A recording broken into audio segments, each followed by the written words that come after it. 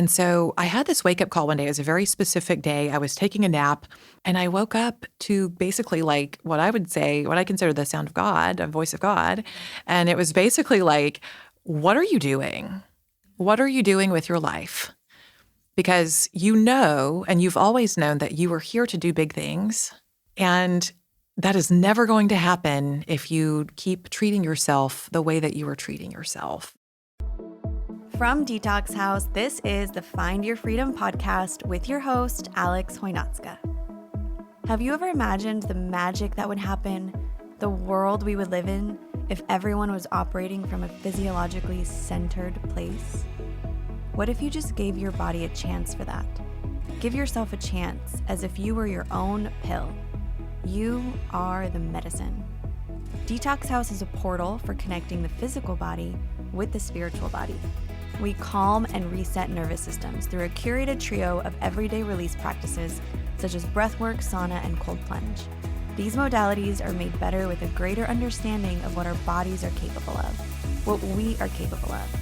That's why we're here, to remind you of your own power and to guide you back to find your freedom. Let's talk about what that means. We don't just want to imagine a world where everyone is operating from a centered place, we want to see it. To find out more about breathwork, sauna, and cold plunge practices, and to get guided doses of all three modalities, download the Detox House app. Hi, everyone. Welcome to another episode of the Find Your Freedom podcast. I am so happy you are here and so excited to share this episode with you and this conversation with Lindsay Lekraj about genetic testing and peptide therapy, which I've been so personally curious about, so excited to share it with you as well. I actually first met Lindsay at a women's circle that we go to every month or try to go to every month. I think a lot of us don't make it every single month, but there's definitely a community there in Nashville in person. And it's a beautiful, beautiful chance to reflect on the month, set intentions for the month. It's guided by Danielle Beinstein, who I am such a big fan of. She is a spiritual psychologist and astrologer, and she marries philosophy, psychology, and astrology in such a beautiful way. So every new moon, every month when we get together, there's always these journal prompts that are so timely and offer us the ability to reflect.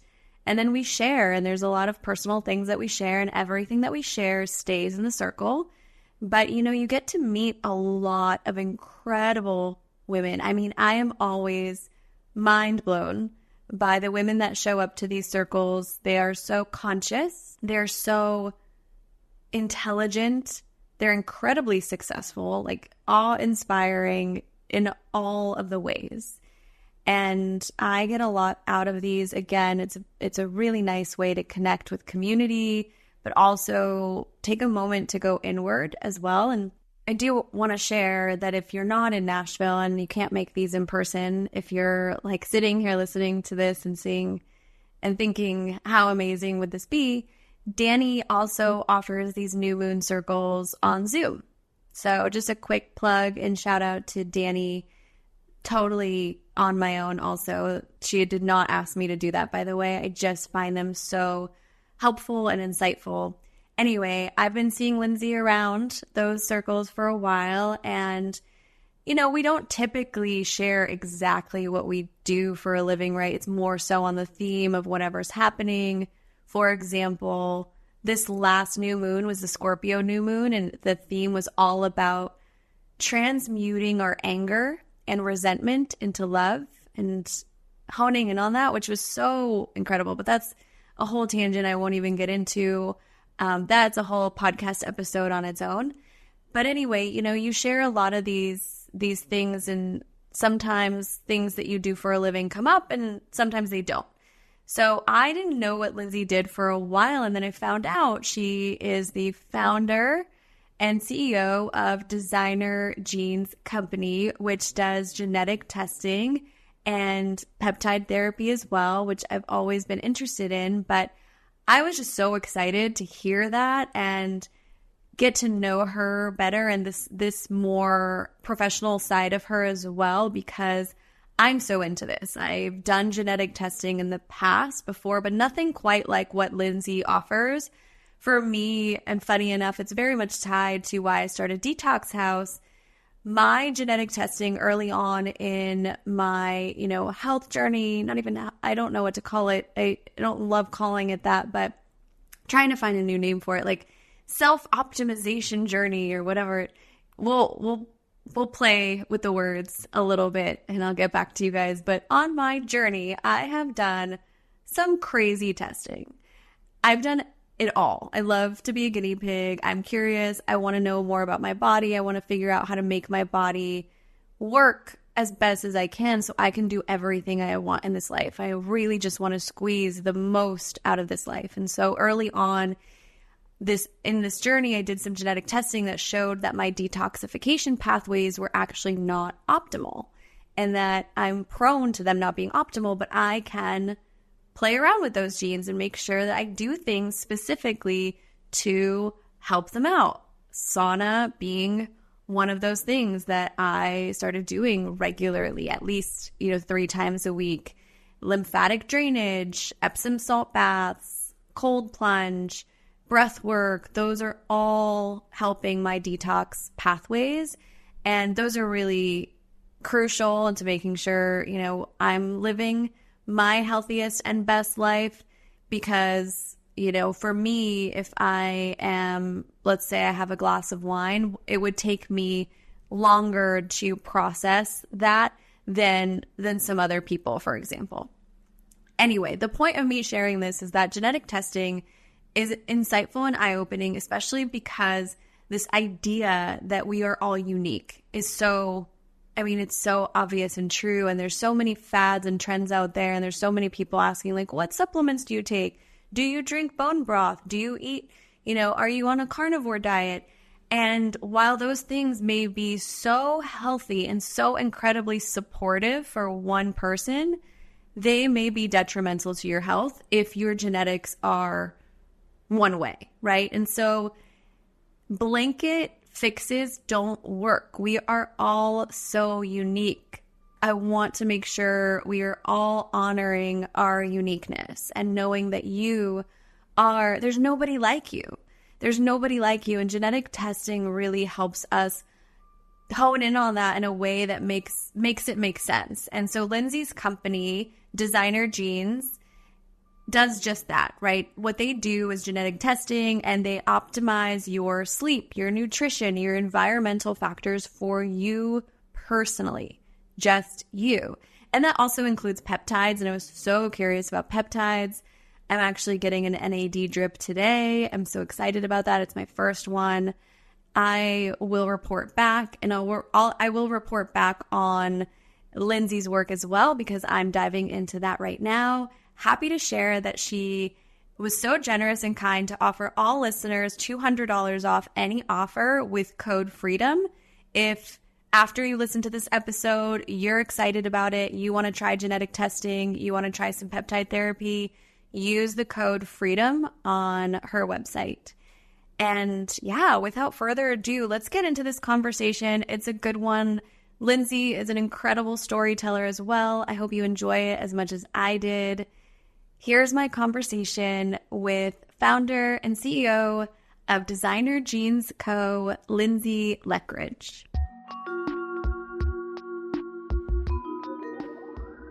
Well, I'm excited to have this conversation with you. I want to learn, personally, selfishly, learning more about peptides as part of the healing journey.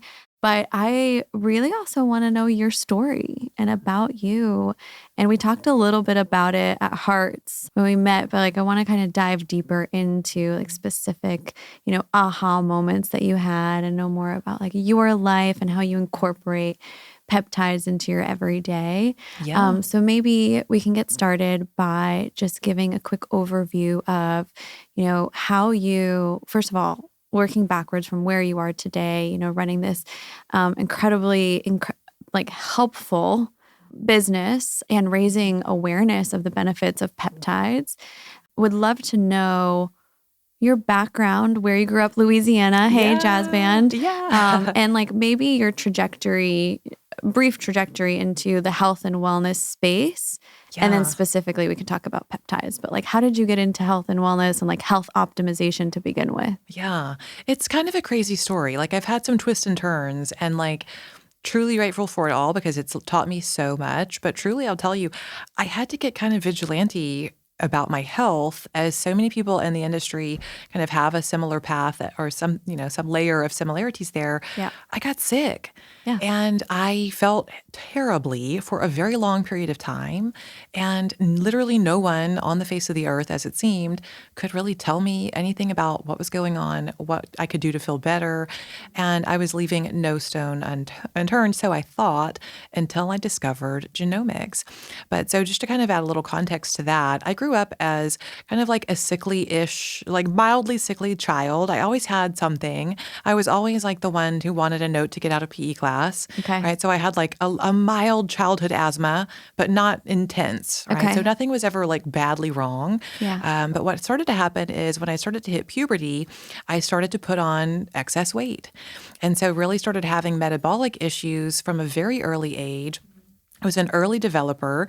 And in hindsight, it's like so obvious. I was like, running on estrogen, high estrogen, right? But at the time, nobody knows those things. In the 90s, it was like not anything that you would go to the doctor for. It was like, oh, well, she's just a little chunky and like all good, fine. What do you attribute to causing the high estrogen? Was it an external environmental thing or was it internal? I think it was internal. And also, in hindsight, I actually got diagnosed with a condition called lipedema a couple of years ago.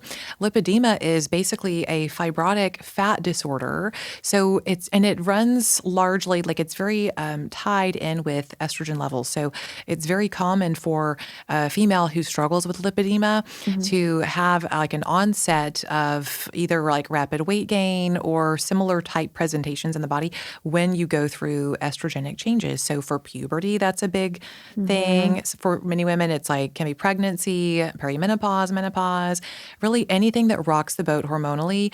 It just hits you a little bit harder. And basically, it can look like a deeper progression in metabolic dysfunction, despite lifestyle being dialed in. So anyway, there were some signs that like maybe we were going in a certain direction. And also, I didn't really think anything about it in my teenage years. I just thought, well, this is how it's going to be for me. And there were people in my family who always were like, the big boned or whatever. You've probably seen me share pictures of my brother in recent months. Oh, yes, yeah. He is 6'7", just for a little reference. So I come from a family of very large individuals, somewhat metabolic dysfunction, and also just truly somewhat big boned. Yeah. So anyway, it really wasn't anything that stood out to me as being problematic until I really got into like collegiate years and started on birth control. I had a very bad response to doing birth control shots right after I had just gotten married, my first marriage, when I was in my mid-20s. Okay. So I started on the Depot shots, if you ever remember those. Yeah. It's kind of a common thing. Like I've heard so many people who had a similar experience. And again, kind of seeing those through lines of hormonal triggers. I gained 90 pounds, like 90 pounds over the course of like 9 months. Yeah. And it was miserable, devastating. Of course, at that time, I was doing nothing right in my lifestyle. I was, Well, you're in like you're young, post-college, college. Like, how are we supposed to know what? And also a part of me, like my heart goes out to those versions of us because I had similar experiences during that time too, where I was like, I'm supposed to be treating my body like shit right now because I'm young and carefree. I'm supposed to be going out and eating pizza at 4 a.m. Like, pizza and beer was like the diet, and maybe some Taco Bell. I mean, love a Taco Bell situation. Totally. They were good times. So anyway, that was kind of my path in my mid to late 20s. And I really just had kind of a wake up call at one point, Alex, where I will tell you, like, not to go too spiritual, but we'll just rip the Band-Aid off. I was taking a Love nap the one day spiritual. out of the blue, okay? Yeah. The biggest issue in my health was my weight. I wasn't really having any other pronounced symptoms. I had no diagnosis or anything like that. But I was, 150 pounds overweight.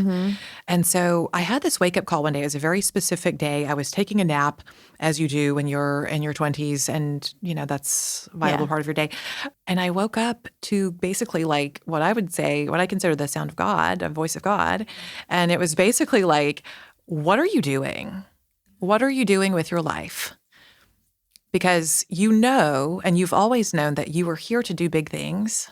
And that is never going to happen if you keep treating yourself the way that you were treating yourself. And so it shook me up, and I tried for probably the millionth time to do, the diet and exercise route. But I tried it with a completely different perspective. I tried it as in not a pressurized thing of like, I have to lose weight, but truly coming from a point of, holy shit, you're right. Like I have not been treating myself well. And what would it look like if I really did? And what if I tried? And so to that point, I had also stopped taking the hormone shots or the birth control shots. And so that would be helpful too. Yeah. That was a big part of it. Absolutely. Yeah. But I basically did a 180 overnight and started probably going to a place of neuroses on, diet and exercise, mostly diet, really. I wasn't even doing a whole lot of exercise. Yeah.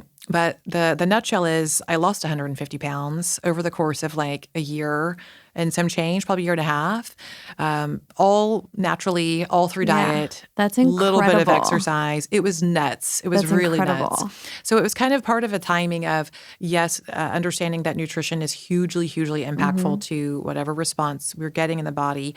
And then also getting off the birth control that allowed my body to sort of start to reset at a more rapid pace.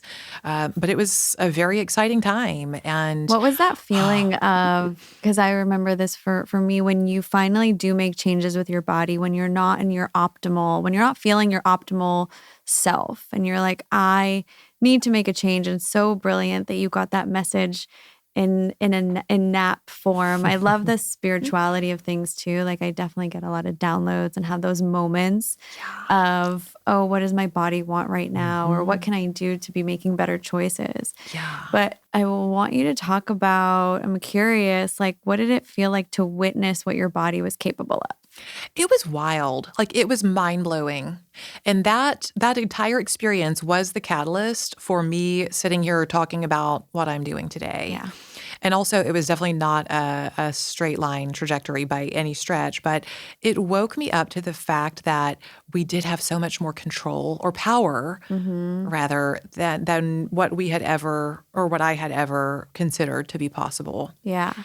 I truly, for many years, when I was struggling in obesity, struggling with hormones, I truly thought that all of that was genetic. Yeah. And that was just, I think a lot of people do. And I hear that even nowadays thrown around so much. And like, yes, it's just genetic. And I totally understand that genetics plays a role for sure. Yes. But I think genetics is, I always think about like, I don't know why, the scene from Clueless where she gets her report card and her dad's like, what's this? And she's like, it's just like a starting off point for negotiations. Yes. And I'm like, genetics is just a starting off point for negotiations. Now I have to go in and get everything in order. I have to get Mr. Hall to start dating Mrs. Geist. Like, what does that look like in my body? Oh my God. That is brilliant. I'm going to borrow that. I always think about that. Because that's spot on. That is so spot on. It's just like, yes, it's true. We have genetics. We have our genetic makeup. I mean, there is no doubt that I look like my parents, or I have the color of the eyes, or like whatever. Right. It is. But, I read somewhere that genetics are only 10% of the equation, and that you can turn genes on and off.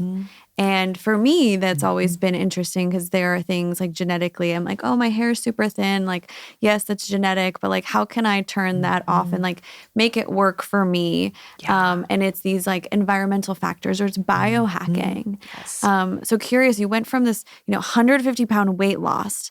When did you first discover peptides? Way later. Okay, way later. So what was the journey into that? Well, okay, so you might think that all was well and good. I lost the weight. I learned how to fuel my body in a way that felt good and was working for me, and you live happily ever after. That was not what happened at all. So what actually happened after the massive weight loss, which is not uncommon with a massive weight loss, even over the course of a year and a half or 2 years, a lot of complications can arise. So what was happening in my body was, really when you go through any significant amount of fat loss, but particularly when you lose half your body weight, your body is releasing a lot of toxins that are typically stored in fat tissue. Oh, right. Yes. And so things in my health had started to just get a little bit peculiar in very early stages. Now, also probably 2 years after maintaining the weight loss in my very late, last stages of my 20s, I had some work done. Okay, so as part of my reward to myself for changing my entire freaking life and committing, I had a mini tummy tuck. We had a boob job, and unfortunately, I mean, love it. Yeah. Such a mixed bag of emotions. I will say, I can't sit here and tell you it was the worst decision I ever made. Because I also know how I felt in my skin before that. I know, and God bless her for having worked so hard and also being left with a body who had lost twice its size, or half its size, I guess. So there were decisions that were made, and I had surgery to do some nips and tucks, standard, normal things. Yeah. But I was in surgery, Alex, for 9 hours. Oh, wow. I was in surgery for 9 hours, That's a long and time. I That's don't hard think on your body. I really don't think I ever recovered from that. That was the type of event, if you think about it from an epigenetic standpoint, that is absolutely the type of event that can domino a lot of shit to go wrong. And I truly believe that that's what was going on. So at the time, I'd never heard of anything about, detox pathways or methylation or any of these other things that are involved with those types of signaling responses. And so it was a bad time. And so while for probably the first year, I was really happy with my results, and it felt like, okay, cool, this is it. We're moving on and next phase of life kind of thing. Probably a year later was when I just felt like, you know what, something's a little bit wrong. I'm not bouncing back. I don't have my energy back. My digestion had gone out the window. So almost a year to the date after having the plastics, I had my gallbladder out emergency style. Oh, no. So again, kind of like your body's going through this storm of trying to process and recoup or reset from not only the surgery, but still the fat loss. So things kind of started to snowball until that was really the place in my health that I thought, what have I done? What is going on? Things were spiraling. Yeah. And so that was the time when I started trying to find specialists to figure out, why do I feel so badly? Why is my gut such a disaster, utter disaster? At that point, I was eating meticulously, and I had started to actually study nutrition. Those were kind of my early collections of certifications in holistic nutrition and really understanding. As you do. When we want to help ourselves. Yeah. Yeah. And it was exciting, but also kind of horrifying at the same time because nothing was really adding up. So this is at the time when I was living in LA and started seeing anyone from a general practitioner moving on very quickly through functional specialists, and the list goes on, and literally taking every test that you can imagine. If there's a test on the market, name one, I've taken it. Yeah. I've done the protocol. I've done all of the even nuanced nutritional strategies that were working for this set of people and that set of people. I tried literally everything and was truly to the point where I was so sensitized. My body was so sensitized. I left a career path. I couldn't travel anymore in my job. So I had a career in beauty, and I was traveling 3 weeks out of the month. What were you doing in beauty? I've done a lot of things in beauty, actually. We should circle back to that because it's truly in my soul. I love the industry. It's so much fun. Yeah. And if there's a job in the beauty industry, I've probably done it. The last kind of roles that I had were in sales and education. So I would travel into different locations and, talk about a product line or teach them how to either sell something or a technique or something like that. So the energetics are very similar to what you're doing now, though. It's the energetic of just uncovering your most beautiful self to yourself, by the way, also. Yes. It has nothing to do with like what others think, right? It's like, to your point, when you were like, oh, that girl, I feel for that girl.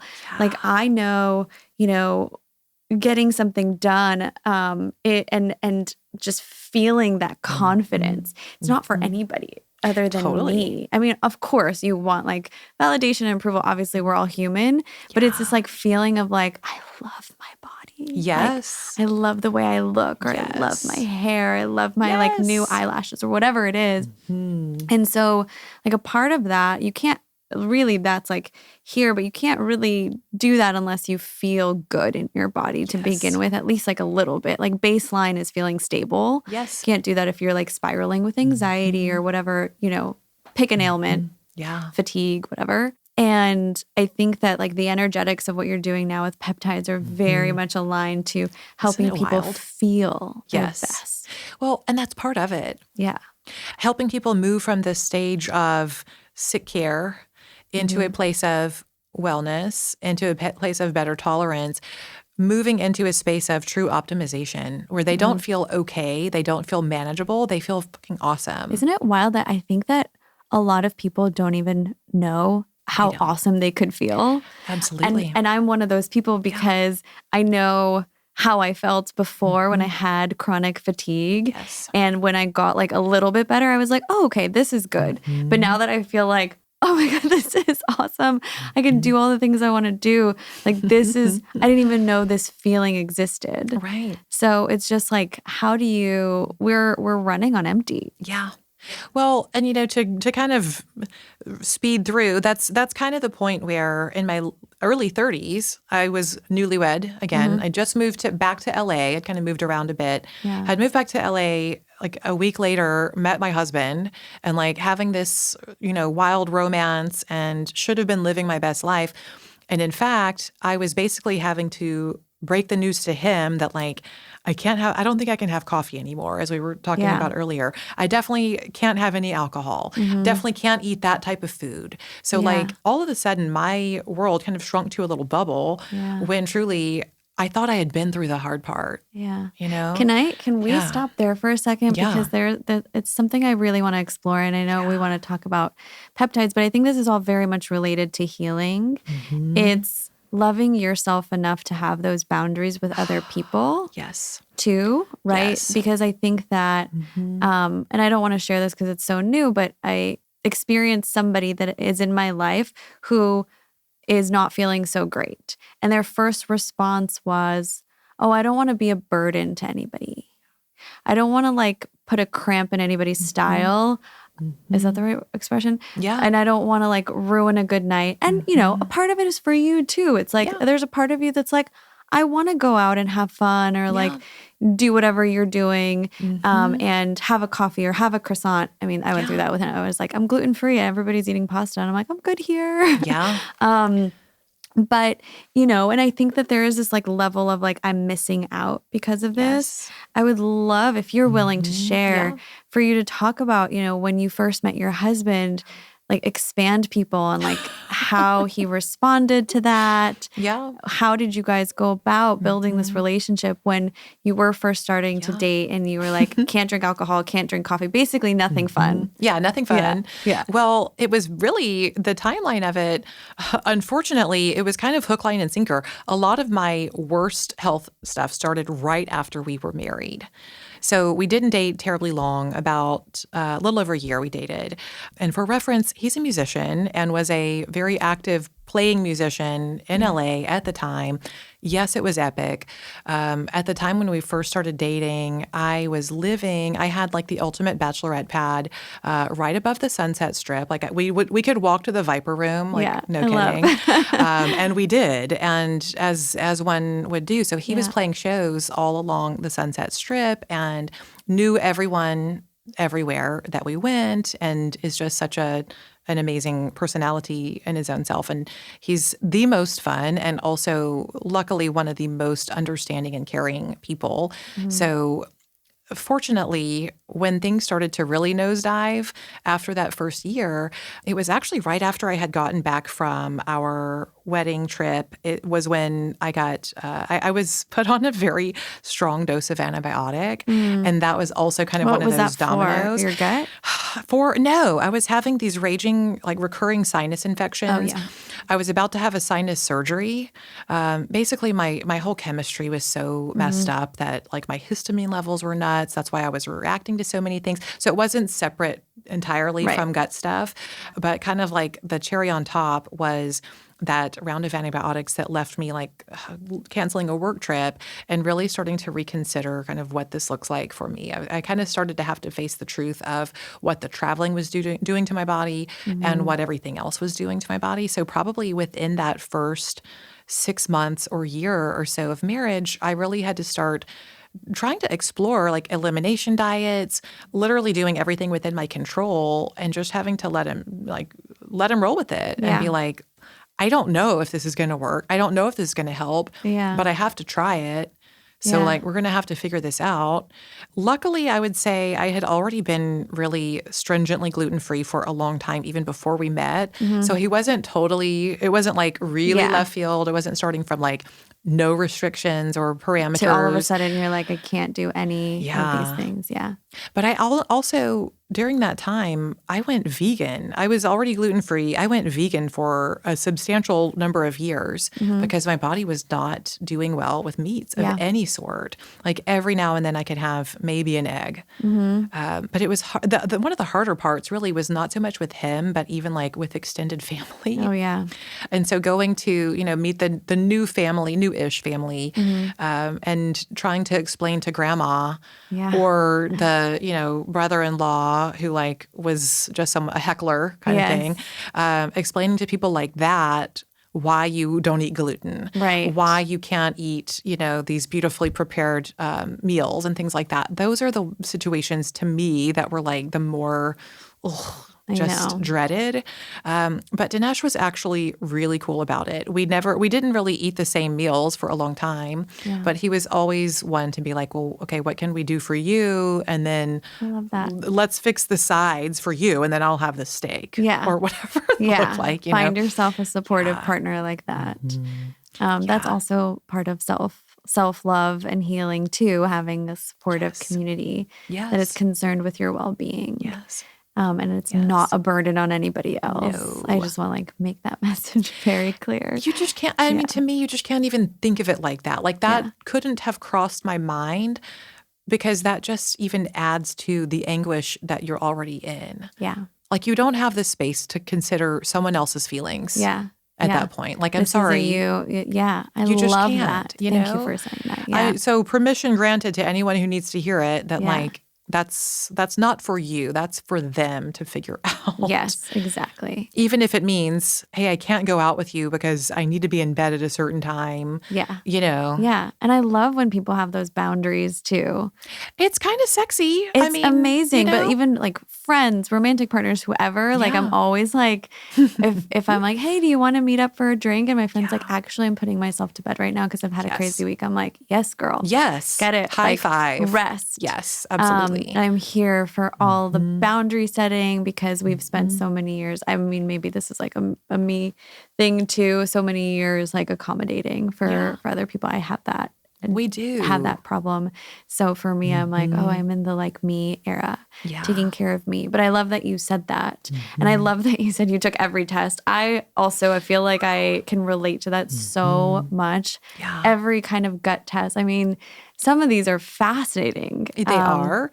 And it's definitely like a scavenger hunt of like, what am I going to find here? Yes. And some things were very helpful. Some things were minimally helpful. Some things were more anxiety inducing. Yes. So it's really, I love that we went on this journey because again, you can help people speed it up and not do all the things that were not that helpful and maybe very expensive. Yeah, totally. And a waste of money. But what were before we get into peptides, what were some of the tests that you did take that did help and were impactful?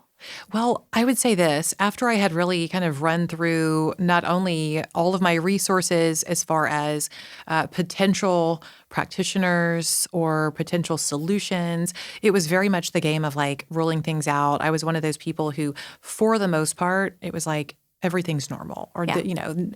yes, ruling out things that could have been more, whatever, impactful, I guess, but at the same time, not finding any clear answers. No one ever started to talk to me about, well, have you ever considered maybe supporting, and to go back to like the detox pathways things, like literally none of these providers that I was paying through the nose for, you can imagine in the LA market, like, you know how it goes. Literally no one had ever suggested to me, maybe your body's not detoxing well. Maybe you're not even clearing estrogen super well since you've been overweight since you were 12 years old. Wow. Just the most blaringly obvious things that a in practitioner hindsight. should know. Like, come on. Even understanding how to actually troubleshoot leaky gut. So the protocols that they had me on, come to find out, were actually not well suited for me genetically. So they were actually perpetuating the problem. Oh, no. So, but, I had reached this state of kind of maintenance. Yeah. I left the job. So I left the travel job, found a different job that was mostly at home, not a lot of air travel. So I was kind of coping with it and just trying to figure out what was going on while I was still kind of studying all the things that I could and, making my way, doing the best that I could, but very much in a state of like kind of acceptance, unfortunately, for a period of time. And very serendipitously, through a friend of a friend of a friend, I heard about genetics testing. There was this company that a friend of mine was connected with, or her friend was connected with it, actually. It was a very like 6 degrees kind of thing. Yeah. But we met at my friend's wedding. We were in the wedding, and we had talked enough over the course of the weekend that she knew that I was into the wellness space, and like also knew that I was like struggling with some things in my health, or like had a lot of sensitivities or whatever. Anytime you're in group activities, very quickly, you know how that goes. So probably the day after we left the wedding, she reached out to the friend, called me up, and was like, you know what? I think Lindsay needs to hear about this. Long story short, connected me with someone who ended up training me on genetics testing. They offered it through like a private practitioner type service, and they offered the training on it. Amazing. And I thought, there's something in my body that's like immediately yes, like immediately, absolutely in the door. And it was really interesting because, and we've talked a lot about Joe Dispenza. So at the time, I was really focused primarily on, I had just finished my entire super long, in-depth NLP training / hypnotherapy and EFT and all these different modalities. And so that was the world in which I was kind of living. So I had heard of this term called epigenetics through Dr. Joe. And I'm like, you mean to tell me that there's actually like a test, like a functional test that you can take that's going to spell out all of these different things? Like absolutely immediately, no brainer. Yeah. So I did the test. I talked to the company. I signed up to do the training just to learn as much as I could about it. And by the time I got my own test results back, it takes like 6 weeks. By the time I got my own test results back, I literally solved in the one day every freaking thing that I ever would have needed to know about my body. Oh my God. Like not even being dramatic, that I immediately knew why my gut wasn't healing. What can Yes. Can you share? Maybe? It was partly because they had me on like 5+ grams of L-glutamine every day, which is, very common. It's still trending on TikTok all these many years later. Yeah. Most people will tell you that it's the number one thing It's you good can for take leaky gut. for leaky gut. Yeah. Well, guess what? If you're wired a specific way genetically, and these are not rare things. These are things that are like probably affecting 80% of the clients that we see. No kidding. So right away, I took out the L-glutamine and the collagen powder and the bone broth that I was living on. And within about 3 days, I started to see a shift in my digestion. 3 days. Wow. First of all, let's take a moment to honor the fact that our bodies can so quickly adjust. Yes. Yes. But it feels frustrating, and it feels like it could be a long road when you just are throwing spaghetti at a wall to see what sticks. Yes. But if you can nail it, then it literally is like, thank you. I'm telling you, I was shocked. Yeah. Shocked. So over the course of the time, like while my test had been, my results were being processed, I had obviously been like reading everything. Like I was ready to get the results back and kind of at a beginner level know what it all meant. So I already had suspicions. And it was basically, as I was learning about the specific types of genetic patterns, so much of it was like I have chills right now. Yeah. Like so much of it was like, they're describing me like to a T better than any of the other practitioners. I'm talking like over a dozen specialists that I had seen. Yeah. And I'm like, I know this has got to be it. And sure enough, confirmation, boom, there you go. Yeah. So I started immediately with the gut protocol, right? Took out all of the high histamine things, all of the fermented foods, Alex, all of the, the things that everyone tells you are healthy and are going to heal your gut. Yes. I don't even like sauerkraut. Like, I don't even like fermented foods, and was like doing the most. Well, guess what? So glutamine's a problem, or glutamate rather, glutamine adjacent, big problem for me genetically. Histamine's huge problem for me. And bone broth is so high in histamine. So there are some people, I feel that too with me. Sometimes when I'm sick, my mom will be like, oh, make yourself some bone broth. I'm like, I don't know. My body, I just like intuitively felt for a second where I'm like, I don't think this is good for me. There's something about it. Yeah. There's just something about it. Yeah. So immediately garbage can. 3 days later, I start to see, normal-ish, remotely normal bowel movements. Sorry, TMI. No, it's great. I hope everyone out there is having good bowel movements. I mean, that is like, once a day. That is truly like the first indicator, like first line defense. Talk about detox. Yes. So truly started to see things turn around within a matter of days. I also, of course, am in the huge group of the population who needs methylation support. Me too. Shocking that no one had ever even suggested even the most basic of testing for that.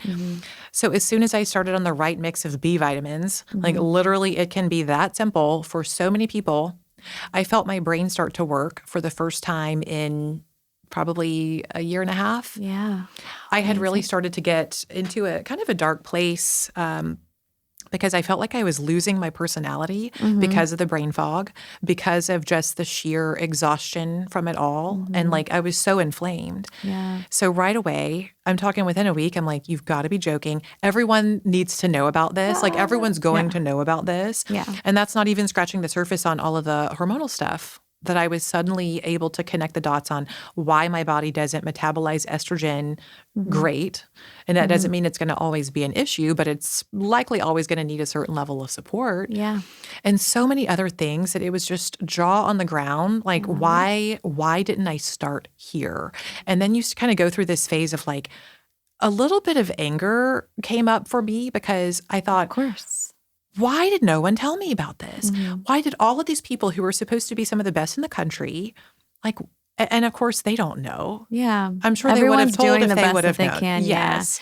Yeah. And it's just like so, unfortunately, even holistic healthcare is still so limited because these things are new and everybody's got their like version of medicine, right? Yes. But I do think, I mean, it's so obvious to me that every single human is a unique code. I mean, you think that if we know how many different, combinations of hair color and eye color and skin texture and body shape and size and all of these things that basically make us like a little fingerprint. Yeah. I'll tell you, yes, we're all human beings and we all have, largely the same function. It's a very small percentage of difference. If you think about, how similar we are on paper to some of these metrics, we're all very, very, very similar in makeup. But the differences that are there, even if it's a small percentage, are so wild. Huge in terms of like processing and like how, I mean, our bodies are such an orchestra and a symphony that like one little tiny note can create a different sound. Totally. Yes. So yeah, it's no surprise to me that genetic testing is, I think, like the next wave of, what is going to help people who have not found answers. Yeah. I see a lot of people in this world, this healing world, holistic health world, spiritual world, who are dealing with, chronic health issues that they've got in mostly check, but they're still not feeling their best selves. It's like, how can you up level even more? How can you take it one step further where you literally can master your body? Yeah. So first of all, how did because you went on the Joe Dispenza retreat. Yes. How does the work of Joe Dispenza play into, what you're doing today and my gosh. also your own personal healing? Yeah. Great question. Well, I'm so fascinated by him still to this day. After all this time, it was such a great experience to go into the immersion. And also there are a lot of things like just the way that he sometimes breaks down the explanation of gene activation. To me, sometimes I'm like, yeah, but so mark my word, one of these days I'm going to have a conversation with him and we're going to talk about the fact that there are some nuances, and not that I would ever dare, suggest that he changes languaging, but there are some things that I think people take too literally. And I'll tell you what I mean by that. We'll come back to that. The things that I am absolutely blown away by after spending a week glued to the screen and listening to all of the scientific data that has been proven to upregulate protein productions and this, that, and the other during the week-long time. So basically what they do is they're collecting real-time biological data. So they're taking stool samples, urine samples, blood samples, probably other things as well. During the week-long retreats, they'll take a before as a baseline, during and after, even monitoring several weeks after. Even one of the newer studies they were sharing about with us this past time was about breast milk. So they had taken breast milk samples of women who were there at the retreats and compared just, the chemical profile. And noted positive improvements. Isn't that nuts? Yeah, that's a new study. I haven't heard that one yet. So this is what lights me up because that was, kind of brought it on home, full circle moment of my entire journey here. But the thing that I always want to clarify is we hear people talking about how you can turn genes on and off, and even the 10% thing that you mentioned earlier. And I don't think that that's the most accurate representation of how it works in a nutshell. So I will say this. Genes don't turn on and off. They turn more up and down. Okay. Some of them more so than others. Yes. So for example, I love that clarification. Yeah. Also. Well, and there are some genetic patterns that are way more malleable than others. Yep. There are some that are more fixed than others, but there's really not a lot that's set in stone, doomed, not going to budge no matter what. Right. For me, for example, gluten sensitivity is one that is pretty heavily weighted in genetic dysfunction. So it would be, in my opinion, pretty impossible for me to reverse those or to turn those genes off. Yeah. So I think that's a really beautiful clarification because it's not like you're turning the gluten sensitivity off. You're just not eating gluten. You're reducing the trigger. So you're reducing the trigger so that that gene doesn't go up. Yes, and cause inflammation in the body. Exactly. Well, and that's a great example because if we unpack that one step further, you have multiple components in gluten sensitivity, even for someone like myself who does not have celiac, but I do have genetic dysfunction in the pathways that break down and digest gluten as a neurotransmitter. That's the glutamate piece. So for some people, they're going to get digestive response or GI distress. For other people, they may not ever have any sort of stomach ache from gluten. They may not ever have any recollection. They're going to get the hit of anxiety. Yeah. Because that's it's what a happens to me. major neurotransmitter. Yeah, it's an excitatory, right? Yeah. So then there's a whole other component, completely separate set of genes that indicates propensity for celiac disease.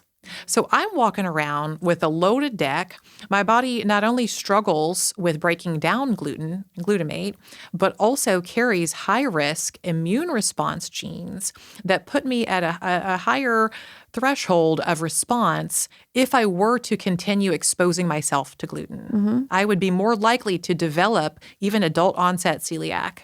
And at what point is that setting yourself up for disaster? Well, it's pretty fast, right? Yes. So celiac expression, those genes aren't going to be turned on, so to speak, or active or expressing as celiac disease unless I had the perfect storm going on in my gut, and I continued with gluten exposure.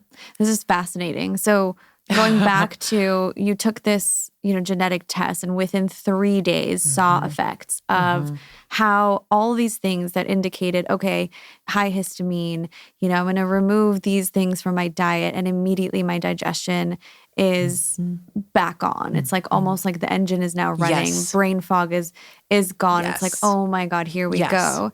So that in and of itself is huge. So like the genetic testing just stand alone is really, really impactful in terms of like eye-opening insights into this machine that I'm living in.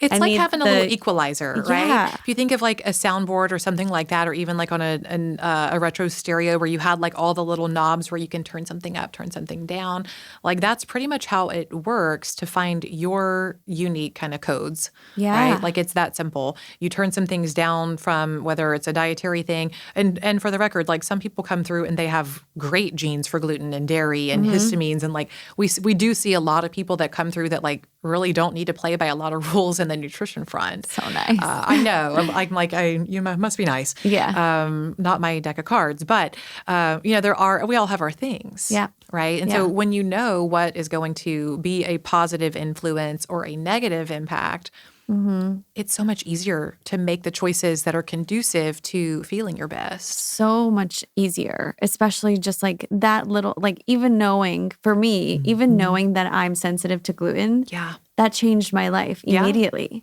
I was like, I don't have brain fog anymore. Yes. So I didn't have any digestive issues because of it. I was fine. I never felt bad after eating bread or pasta, but I did feel anxious and tired, and I couldn't pinpoint that because you normally don't tie fatigue and anxiety to food at any time.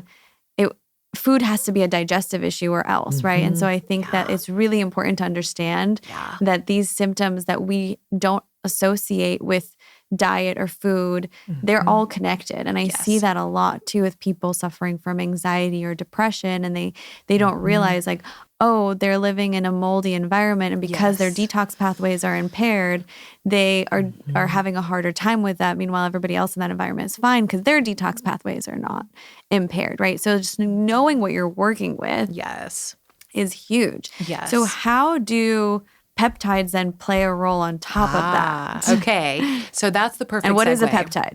Okay. So a peptide is a pretty simple explanation. If you think about it like this, they're basically chains of amino acids. So just the same way that many people take like BCAAs or EAAs as a nutritional supplement, things like glycine, for example, similar to like collagen supplementation, but a little different. Collagen's a blend of aminos as well. Peptides are like really fancy, really top shelf, super souped up engineered amino acid chains or peptide chains. So they're basically things that your body does naturally produce. So for example, the first peptide that I ever tried that literally healed my gut within a very short amount of time, BPC 157, by the way. I started with capsules. So we walked before we walked before we ran. We crawled before we walked. Both, yes. So I started with those right away. That was something that I had been hearing about through my training as, some of the potential interventions for when you do have a client that comes through with leaky gut and they can't tolerate glutamine and they can't tolerate collagens or the higher histamine interventions. This is kind of your premium intervention for that. So right away, put it in the cart, get it here as soon as possible. And again, even after kind of seeing some of those early symptoms resolve within those first few days, by the time I started adding a peptide to it, Alex, I literally had my life back. Like within less than a month, I was like, you're kidding me. It was like I had reversed the clock. And for years, I mean, just truly, it was miraculous. Makes me so happy. I mean, it still moves me. And I first we'll get to that in a second, but I made a few comments along this episode of like, oh, must be nice. But like the truth is, the journey here is because we're meant to share it with the world. Oh, yes. And like, that's just our path, right? That's your path. You wouldn't have it any other way because, to your nap time, voice situation, you're meant for really big things. And these big things are really creating this awareness around the fact that we are more powerful than we think we are. Our bodies are these incredible tools that we just need the user manual for. Yes. You create the narrative. Yeah. You know? Yeah. So it does occur to me quite often, like, what if it had never happened? Yeah. What if I had never been sick? What if I had never gained the weight? What if I had never lost the weight? What if I'd never had the surgery? All of the what ifs. What if I had never taken all of those stupid tests and tried every single diet known to man? Yeah. Not for fat loss. I'm talking like healing protocols. Yeah. If I had not tried them all, mastered them all, it would not have really added up to what I know today. And it also makes your story that much more relatable to people who have tried all these things, and also like more credible in terms of like, no, I've literally done everything. I'm saving you a lot of time. This changed my life within 3 days. I've seen changes. That's incredible. Yeah. So, okay. So how do you incorporate peptides into your everyday life now? I do take a lot of peptides. I'm going to be real with you. Yeah, I took one today. Yeah. I'll tell you all everything. about it. Yeah. So basically, once you start to understand what exactly your body is needing from you, where you might need some certain levels of support. So whether it be for something like a hormonal imbalance or metabolic dysfunction or gut healing or immune regulation, whatever the thing is, there's a lot of different ways that you can support your body, lots of different categories in which peptides can fit in. So peptides are basically like an entire tier of intervention. So if you think of it like this, there's a supplement for everything, right? There's probably a nutritional protocol for like practically anything. Peptides are just a different version of an intervention. And the thing that we find about peptides is, since they are designed to mimic what your body is already inherently doing, these peptides that your body naturally produce within, whether the gut or, the pituitary or whatever, wherever it comes from, your body knows what to do with it. Yeah. So it's basically like one of the closest things to natural. So they are synthetic, for the record. Yes. They are not taken from animals or humans or anything like that. Like they're just created in a lab. Okay. But they're created as an identical match or close enough to what your body chemistry naturally produces. So your body just knows what to do with them. Yeah.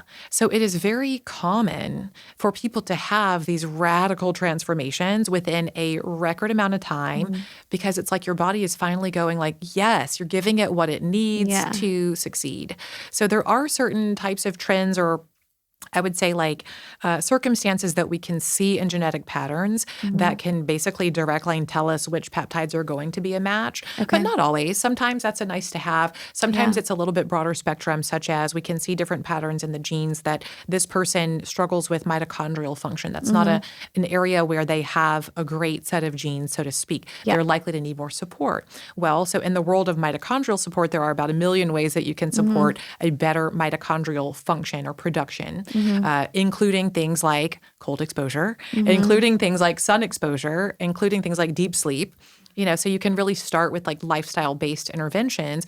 Then you can move into micronutrients. So vitamin A in the form of retinol is huge for mitochondrial function, as well as a lot of other micronutrients. You can go that route. You can go into the world of adaptogens, and there's a lot of really powerful tools within the herbal, adaptogen world. And then there's peptides.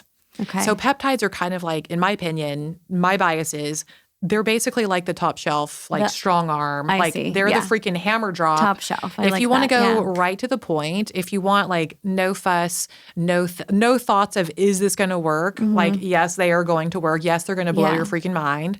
Yes, you're going to thank me later. Yes. The only thing is, the one caveat is 90% of the time they're given by injection. Yeah. So for some people— Are they people, more effective? Well, obviously, because it's a direct, so they are more effective when they're injected versus pill form. Most of the time. And it can be cost prohibitive as well-ish. You might not believe how peptides can be incredibly affordable if, here's the big hinge, if you know what to do with them. Yeah. the issue here is there's a lot of different ways where you can have access to peptides. Usually you're going to go to like a wellness clinic or a doctor in some cases, or a compounding pharmacy, which even then you have to have a prescription.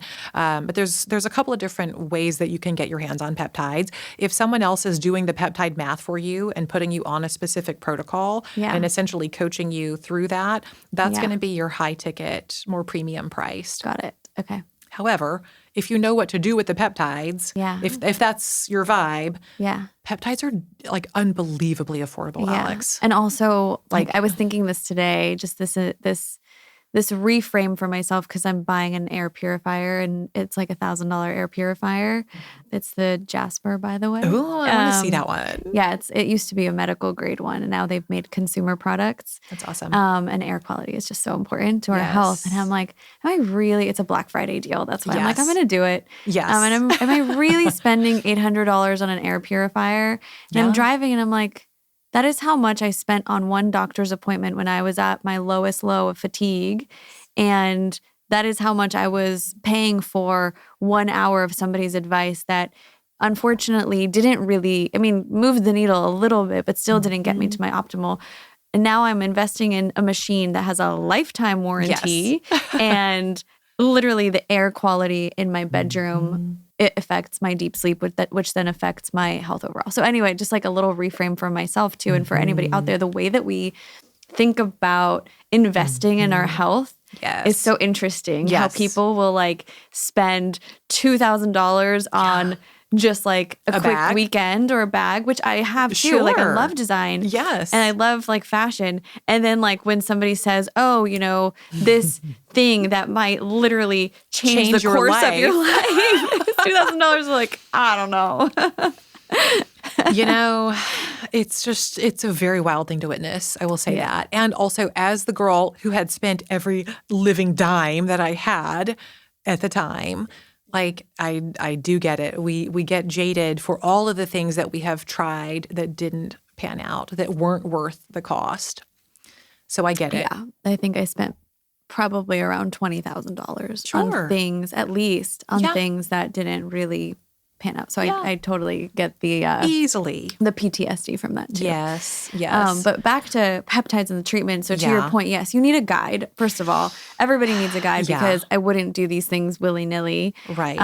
Well, it gets to be like the black hole of the internet, to be honest. Like you're gonna find yourself on like Reddit, and like 0 out of 10 recommend for anyone, even an advanced person or a seasoned peptide user, to really go that. Well, it's like if you don't really do that. But the interesting thing about peptides, you can actually order peptides directly to your home if you live, especially in the U.S., but even internationally. You can order peptides directly from research facilities. And it comes for like literally a fraction of the price is what you would pay in a wellness clinic. Okay. It's typically a purified peptide, meaning there are no additives, there are no preservatives, there are no ickies involved. Just a needle that you inject. They come in little vials. Okay. So you have to mix them together at the right concentration. So you have to know how much of this special water that you add in. You have to source the right ingredients, right, kind of thing. So there's a special kind of mixing water that you add to the peptide vial because it comes in a powdered form, a freeze-dried form. Yeah. They do not come with any instructions. And furthermore, if you start asking too many questions, you won't be... No, you need it. Basically, you need a guide. You have to have a guide. It's worth it. Yeah, totally. You don't want to mess around with your body. I have a few more questions about peptides specifically. Yeah. So, a lot of your clients, how did they, or what ailments do they come with you with? Yeah. What are some of the like high level things that you treat and have seen, be really the peptides work amazing for? Yeah. Well, I would say it's shifted a lot in the past couple of years as my health has shifted. So when I first started out and I was like in the armpit of my health journey, I was seeing a lot of people that were dealing with very complex conditions things that had been going on for years, things that had many, many layers, and that weren't people who weren't finding support through traditional routes or functional doctors because they were just, quite frankly, similar to myself, just too many things going on. It wasn't one thing. And I think in the traditional model, even in the functional model, they're always looking for the one thing. I know. All of the other diagnostic tests, it's like you're spending all this time on spinning the wheels, on ruling things out, like we were saying earlier, looking for the one thing. It's not one thing. Very rarely. Yeah. But I would say the majority of my business these days is really women in our 40s who are going through another like circus of events that happen quite often. And that's another just huge like umbrella of a category in the wellness space with so much misinformation, so much just utter chaos. You know, like everybody wants to talk about, well, you should do this diet or you should do these workouts or you should do this and take that and, you know, the HRT versus the da-da-da. And it's like, well, it's all so much more personal than that. Yeah. Like even looking at HRT, definitely not knocking it, but you want to start going on HRT, I would say this, I would urge you to consider learning about how your body metabolizes estrogens before you start putting things in exogenously. Whether it be through injections, pellets, you know, patches, creams, whatever the thing is. There's a lot of different means to an end. But if you don't know what your body's going to do to react to those, that's where people start to feel worse and start to chase their tail a little bit. Testosterone, again, you're going to have so many different potential side effects. That's a really common genetic pathway that we see needing a layer of additional support to avoid things like hair thinning or other types of side effects that are just not the desired outcome. So that's really kind of the majority of our clientele right now is women who, again, kind of similar to different parts of my journey where nothing's badly wrong. We're not like in a diagnostic state, but also we don't feel well. We're not operating on all cylinders. And we have this inner knowing that there's got to be a little bit more to the story. Like this can't be it. This can't be as good as it gets in your 40s. This should be the prime. It should be the prime. Like, come on. I mean, I love hearing stories about women who feel better in their 40s than they've ever felt before. Yeah.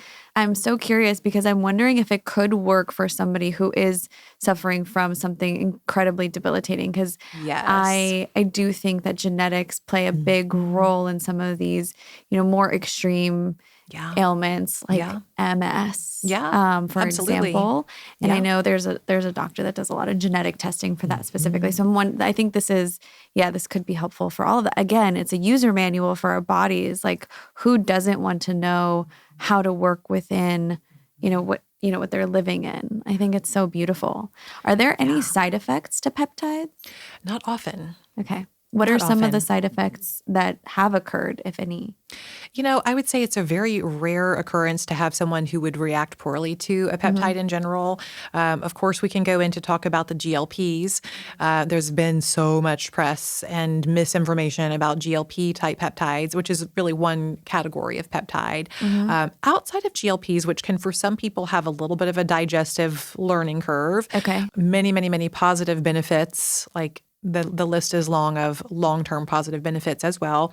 But for some people, they do impact digestion. So for some people in the beginning kind of onboarding stage, sometimes people get some constipation or a little bit of change in stomach acid. So some people get a little bit of like reflux or things like that are typically manageable. And it's usually like you need to dial in the dose a little bit differently if you're having side effects with those. So the thing that's interesting about peptides is there's a fluidity in the dosing. So the more that you start to understand how the peptide works, whether that be a GLP or any of the other like anti-inflammatory peptides, things like that, you just want to know what to expect. And also with anything, more conservative dosing is going to be best, especially when you're first starting something new, because they are so direct. So they're going right into the subcutaneous tissue. They're not having to be digested through the body, which is typically how we take supplements. So, they're powerful, they're potent. And so I think from what I've seen over the past several years is that people who have more side effects are usually not dosing appropriately. So honestly, it's not very common that I have someone who has any sort of ill response to any peptides because I've basically refined the process so much now that I'm more conservative on dosing guide. So I have the course, right? So within the course, we always start slow and low. Like this, we have plenty of time. This is a marathon, right? Most peptides you don't even have to take forever. So if you start slowly and learn how to titrate up and listen to your body for tolerance and even see how much you need. Usually it's like you're going to need less than you might think, which just saves you even more money. So and you said win-win. something, you don't have to take them forever. That was going to be my next question is like, what's the normal timeline? So once you see improvement, you're like, well, first of all, you do the genetic testing, and in some cases that might be enough of, I want to do these things where I'm going to take away the, the collagen powder, et cetera. And then, like you said, peptides are the top shelf because you could do the supplementation and go from there. So when you're going to the top shelf, how long do people do it? I mean, I think it's part of your everyday now as an ongoing practice because and you're so well informed as to what your body needs and where you need support. But typically, people that you work with, how long do they stay on peptides for? I think it depends on what you're addressing. Okay. I would say a good rule of thumb is usually 90 days. Okay. So a lot of peptides we cycle on for 90 days off. You may not really ever need to repeat a cycle in some peptides. So depending on what it is, again, if you're looking for addressing, say, like an injury, profound results for even like old things, aches and pains, things of that nature, whether it's joint pain or broken bone from 20 years ago, it's really wild. And for cases like that, it may just be like a one-time cycle. Sometimes 90 days turns into a little bit longer, just depending on the length and severity of the injury type of thing. Similarly for like autoimmune support, that may be more of a long-term strategy. Maybe it's 6 months, maybe it's 12 months. There are some that you can take very low dose for ongoing.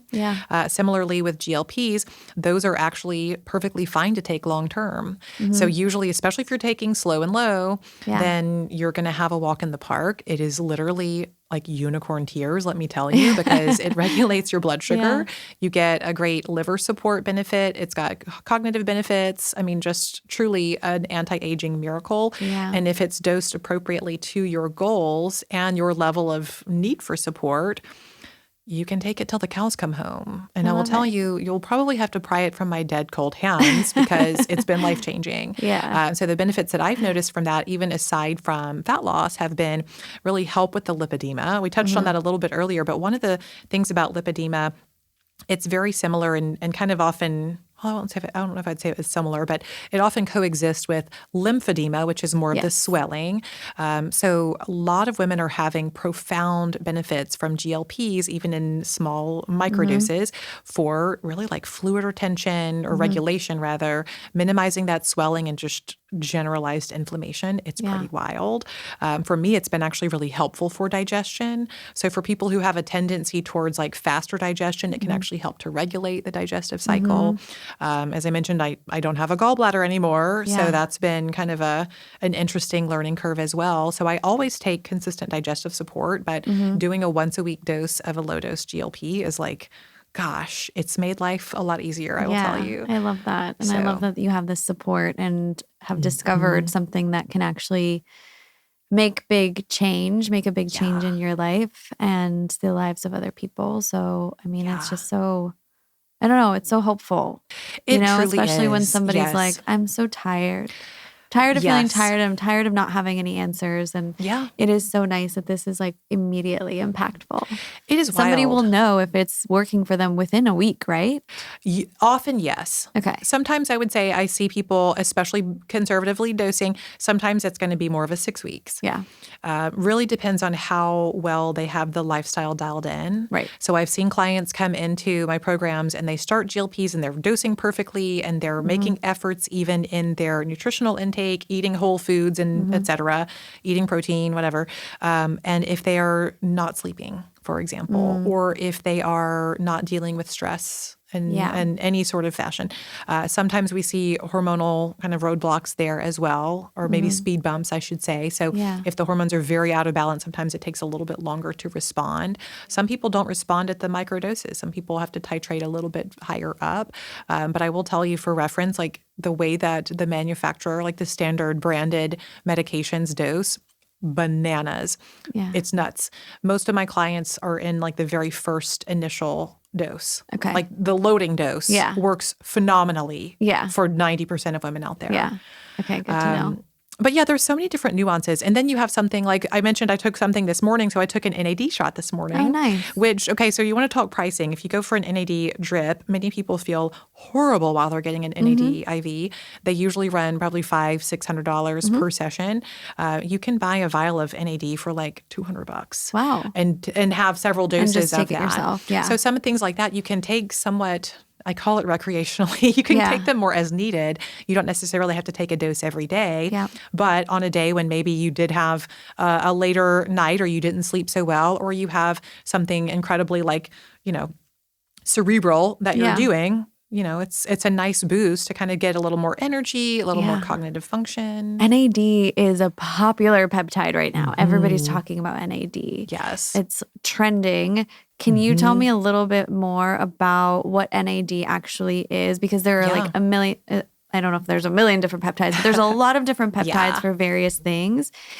So to your point earlier, you take the genetic test, you then know what you're missing, and then you're working with your own structure. NAD, people are kind of, again, it's like B12 shots. Everyone's like, give me a B12 shot. I'm like, I don't know, is that methyl B12? Because I can't take B12 normally because I have methylation issues. And it's not. They're using the cyanocobalamin. Of course it's like the dirt not. cheap. Yeah. That's why I'm like, no, I don't want a B12 shot. But like everybody wants a B12 shot. Yeah.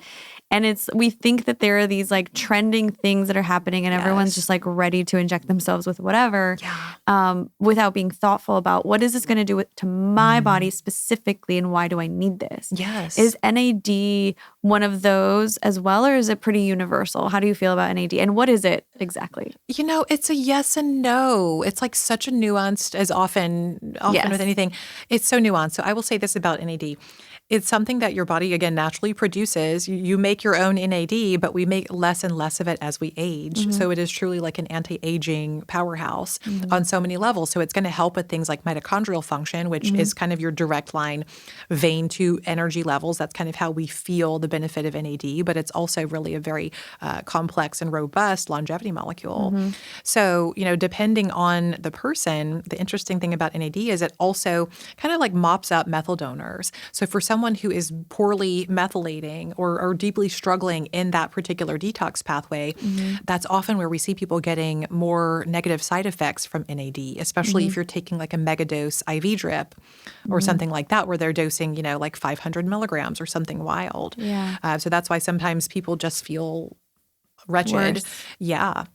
Now, what's the, how do I phrase this? I've heard somewhere that it's not easily absorbed into the system, NAD specifically. Are there some peptides that are harder on the body for you to absorb than others? Sort of. Some peptides are made with fewer amino acids, so some of them are just generally less complex. So I think that's part of it. Yeah. But I would say also depends on what you mean by absorption, because if you're putting something under the skin, it's going to be absorbed. Yeah. But it depends on the dose, right? So a lot of dose-dependent things, especially if it's having an impact on other types, other levels, such as like methyl donors, then if you know that you don't methylate well, then you can preload and offset the side effects with methyl donors. So you can take some glycine or things like that. Creatine would be another one that would be a good way to offset maybe potential side effects. But sometimes it's more of like, well, how hard are you pushing the dose, right? So to that point, many people who can't tolerate a mega high dose IV drip do so well, and this is me, do so well with the injections because guess what? You can choose your own adventure with the injections. You can take a 25 milligram dose of NAD. That's typically where we start. Yeah. Some people work up to 50. I take a 50 milligram dose more frequently. Like, and you're injecting, so this morning you did inject NAD. It's not a pill form. Right. Okay. Okay, cool. NAD is one of those that doesn't work by pills. I so think save that's your money. maybe what that's what I was thinking of. It's not, the absorption doesn't apply to the injections or the drips. Yeah. It's more so there's a lot of people buying NAD supplements out there, and those don't really work because it's not one of those that can easily get absorbed through the gut.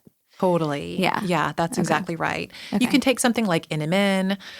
There's another one called NR. So it's like a long N word, nicotinamide riboside, Yes, or I'm yeah. probably butchering that, but it's pretty close to that.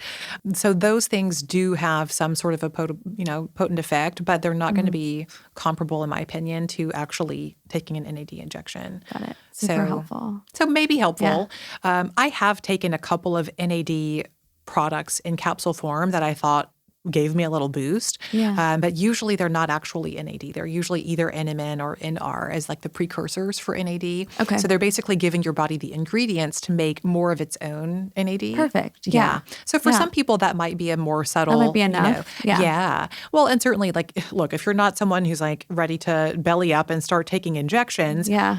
there's other ways good- around it. It's yeah. a good, that's a good starting point. There's lots of starting points. Yeah. Yeah. And on that note, I would love to hear. I don't even know what time it is because I didn't have my phone over here. But so where can people find you? How can people work with you? This has been incredibly informative. I think, again, just anyone who is in this state of health where they're like, I don't feel my best. How can I up-level, top shelf up-level? But also curious about my body. Yes. And wanting the user manual for my body. And or somebody who is going through some health issues right now and they're like, I'm not getting anywhere with where I've gone before. And this is something that resonates with me. Yeah. So you're an incredible resource. Can you just let everybody know where to find you? How can they work with you? What are your programs? You've got some online courses. Can you tell us a little bit about it? Totally. Well, I would say for most everyone, I would recommend starting with our testing, which is called Body by Design. The thing that's different about our testing is it's a very comprehensive analysis. So compared to other, competitors on the market or things that you can do at home that are more automated, we run about 5 times more genes. We analyze that much more in comparison. So you just get a lot more clear information about the different systems in your body. And the other thing that's really different is we have a coach that reads every single client file that we do. So we don't really do, even though we're like a biotech company, we don't do everything by automation. That's really important because the automated test can't compute what you've been through. Yep. They don't know how old you are. They don't know what you're eating, how you're sleeping. They don't know really much about you. And those epigenetic factors do play a role in understanding how to best use your results and how to actually form protocols that are going to fit with your lifestyle, that are going to be sustainable and impactful. So you'll meet with a coach and they'll go over everything that came through from your results, make it make sense, because it's a lot of information. And then with that purchase, you also get 6 months access into our community space. So you can come into that app and actually ask questions from me, from the other coaches, and talk to other people who are going through similar things. And it's just a good time. Amazing. So I always say start with that because there's not a person on the planet who wouldn't benefit from testing. Literally, no matter if you're just wanting like an anti-aging preventative approach or if you're dealing with something super complex. The insights are great. Yeah. And then that takes 6 weeks about? It takes about 6 weeks. Yeah. Okay. So right now, I would say we're almost looking at New Year's stuff. Yeah. So that's cool. Nuts. Great way to start the year, getting to know your body better. It is such just a different perspective. So that's really cool. So I would say, hands down, you're going to love it. Start with that. You're going to get so much out of it. For people who do come in and they're like, dude, just give me the good stuff. I'm ready to go right into those top shelf solutions because I'm sick of spinning my wheels. I've done all the right things. And that's kind of the clientele that comes into our Pep Squad course that teaches you how to use peptides from very beginner status. Most people come into the program never even knowing really what a peptide is, but they just know that they're doing a lot of right things and nothing's really moving the needle. And so that's kind of the space for that, like really just figuring out what is the thing that's going to be the driver for you that's going to get you past where you're at in a very, very short amount of time? And sometimes let you maybe loosen the reins a little bit on some of the other things. So for example, if it's someone who's struggling with metabolic dysfunction and they are like micromanaging every single calorie, every single workout, all of the things, they come in and they actually can benefit from peptide therapy and they don't have to micromanage their life as much anymore. So whether it's something for like a fat loss goal or even for an immune function goal or a deeper healing journey, that's kind of the place for that. And then I would also say a lot of people do come in, Alex, and they're like, well, I want to do both, which yes, they do play well together. So you'll still get the same experience of the coaching session with the results and the testing. That's kind of its own separate beast, but also we do kind of live in the same community, obviously. So if you've gotten your results, we can also help you to leverage that with peptides and give you some specific strategy on what's going to work best for you and how to dose. And what's the website called and where can they follow you? Yeah, the designergenesco.com. You'll find everything there about our programs. And there's tons of different educational pieces there, whether you want to learn about more about peptides or more about the testing. There's some little videos on there. And then I'm usually hanging out on Instagram. My handle's at the Designer Genes Co. And I'm in the messages there all the time. Amazing. One more question for you because this whole podcast is called Find Your Freedom. Yeah. And I would like to know what freedom means to you and how do you find yours on a daily basis? Oh, that is so good. I think freedom to me, the first thing that comes to mind is being able to make my own choices and truly know where that's going to land me. So, and as it relates to my work and my journey, I think that's been the ultimate win.